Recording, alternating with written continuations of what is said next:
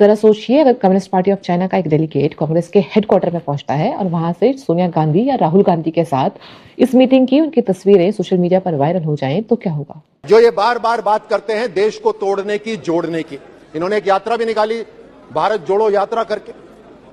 मैं 2008 में Beijing Olympics के अंदर वहां पर था और हमें खबर लगी कि साहब सोनिया गांधी जी, राहुल गांधी जी आपसे मिलने आ रहे हैं। ये हमसे मिलने वहां पर नहीं आए थे और ना ही कोई मुलाकात हुई, क्योंकि इनकी थालियां तो कम्युनिस्ट पार्टी ऑफ चाइना ने बिछा रखी थी। इनकी मुलाकात कम्युनिस्ट पार्टी ऑफ चाइना से हुई। ये रिमोट कंट्रोल से सरकार चलाते थे। अगर कोई सैनिक ये कार्रवाई करे तो उसके खिलाफ गद्दारी का मुकदमा चलता है। ये उस समय सरकार चला रहे थे। They should be tried for treason. गद्दारी के ऊपर इनके ऊपर मुकदमा होना चाहिए। कांग्रेस पे गद्दारी का मुकदमा होना चाहिए। पाकिस्तान के किसी लीडर से एक इनफॉर्मल इंटरेक्शन हो या फिर किसी इंटरनेशनल कॉन्फ्रेंस में एक छोटा सा हैंडशेक, तुरंत ये बोल दिया जाता है कि कांग्रेस का दिल बॉर्डर के उस पार धड़कता है। बीजेपी लीडर्स, पार्टी सपोर्टर्स और सोशल मीडिया वॉरियर्स सब के सब एक साथ एक लाइन में बोलते हैं कि कांग्रेस जो है वो देश के दुश्मनों के साथ खड़ी है। प्राइम टाइम पर डिबेट शुरू हो जाते हैं और जो एंकर्स हैं वो गुस्से में सवाल दागने लगते हैं और कांग्रेस लीडर्स को एंटी नेशनल घोषित कर दिया जाता है, उन पर एंटी नेशनल के एलिगेशंस लगा दिए जाते हैं। लेकिन तब पिक्चर बदली हुई दिखती है जब same communist party of China का डेलीगेट बीजेपी के हेडक्वार्टर पहुंचता है। वही चाइना जिसके साथ इंडिया के बॉर्डर डिस्प्यूट्स हैं, वही चाइना जो कि पाकिस्तान का एक स्ट्रैटेजिक पार्टनर है और वही चाइना जिसने कि रिसेंटली सक्सकम वैली को अपना घोषित कर दिया। गलवान वैली के बाद ये इंडिया और चाइना का पहला ऑफिशियल मीटिंग था और इस मीटिंग में कम्युनिस्ट पार्टी ऑफ चाइना की वाइस मिनिस्टर, बीजेपी के जनरल सेक्रेटरी अरुण सिंह और चाइना के एम्बेसडर शामिल थे। इस मीटिंग के रिपोर्ट्स और तस्वीरें पब्लिक डोमेन में मौजूद हैं। एक क्वेश्चन सीधा और सिंपल, क्या कम्युनिस्ट पार्टी ऑफ चाइना और बीजेपी की इस मीटिंग के बाद हमारे देश की सरकार भी एंटी नेशनल घोषित कर दी जाएगी? क्या अब वो लोग जो आज तक कांग्रेस को गद्दार बोला करती थी वो बीजेपी को सेम चीज बुला पाएगी?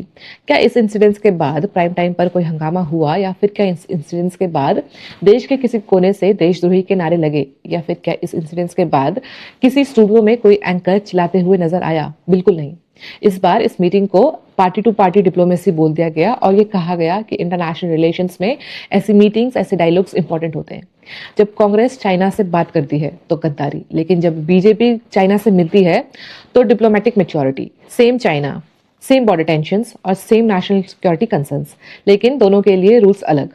अगर कांग्रेस चाइना से मिलती है, बात करती है तो कांग्रेस को गद्दार माना जाता है, लेकिन अगर बीजेपी सेम चीज करती है तो फिर ये एक डिप्लोमेसी का एग्जाम्पल बन जाता है। ऐसा आखिर क्यों? जब चाइना और इंडिया के बीच में टेरिटरी डिस्प्यूट चल रहा है, जब चाइना इंडियन टेरिटरी को अपना क्लेम कर रही है, तो ऐसे में किसी भी तरह का जो एंगेजमेंट है उस पर स्क्रूटनी जरूरी हो जाती है।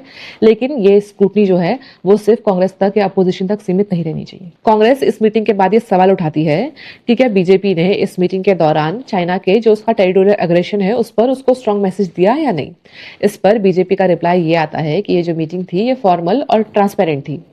लेकिन अगर ये मीटिंग चाइना और कांग्रेस के बीच हुई होती तो क्या कांग्रेस को अपना पक्ष रखने का मौका मिलता? बिल्कुल नहीं। कांग्रेस के केस में सवाल नहीं पूछे जाते हैं, कांग्रेस के केस में सीधा जजमेंट पास कर दिया जाता है। ये वीडियो बीजेपी वर्सेस कांग्रेस नहीं है, ये वीडियो डबल स्टैंडर्ड्स पर है, ये वीडियो सिलेक्टिव आउटरीच पर है और ये वीडियो मीडिया के उस अप्रोच पर है जो कि रूलिंग पार्टी के लिए अलग रूल्स रखती है और अपोजिशन के लिए अलग रूल्स रखती है। चाइना जैसे सेंसिटिव देश के साथ किसी भी तरह के एंगेजमेंट पर सवाल पूछना एंटी नेशनल नहीं है। ये हमारी डेमोक्रेसी का एक बेसिक प्रिंसिपल है और हमारा जो डेमोक्रेसी है वो तभी जिंदा रहेगा जब सवाल दोनों तरफ से बराबर किए जाएंगे। इस पूरी वीडियो में हमारा एक ही सवाल है कि क्या अगर अपोजिशन करे तो गद्दारी और अगर सरकार करे तो डिप्लोमेसी होता है? आपका क्या मानना है कमेंट में बताएं। वीडियो पसंद आए तो लाइक शेयर करें और जाने से पहले चैनल को सब्सक्राइब करना ना भूलें। धन्यवाद।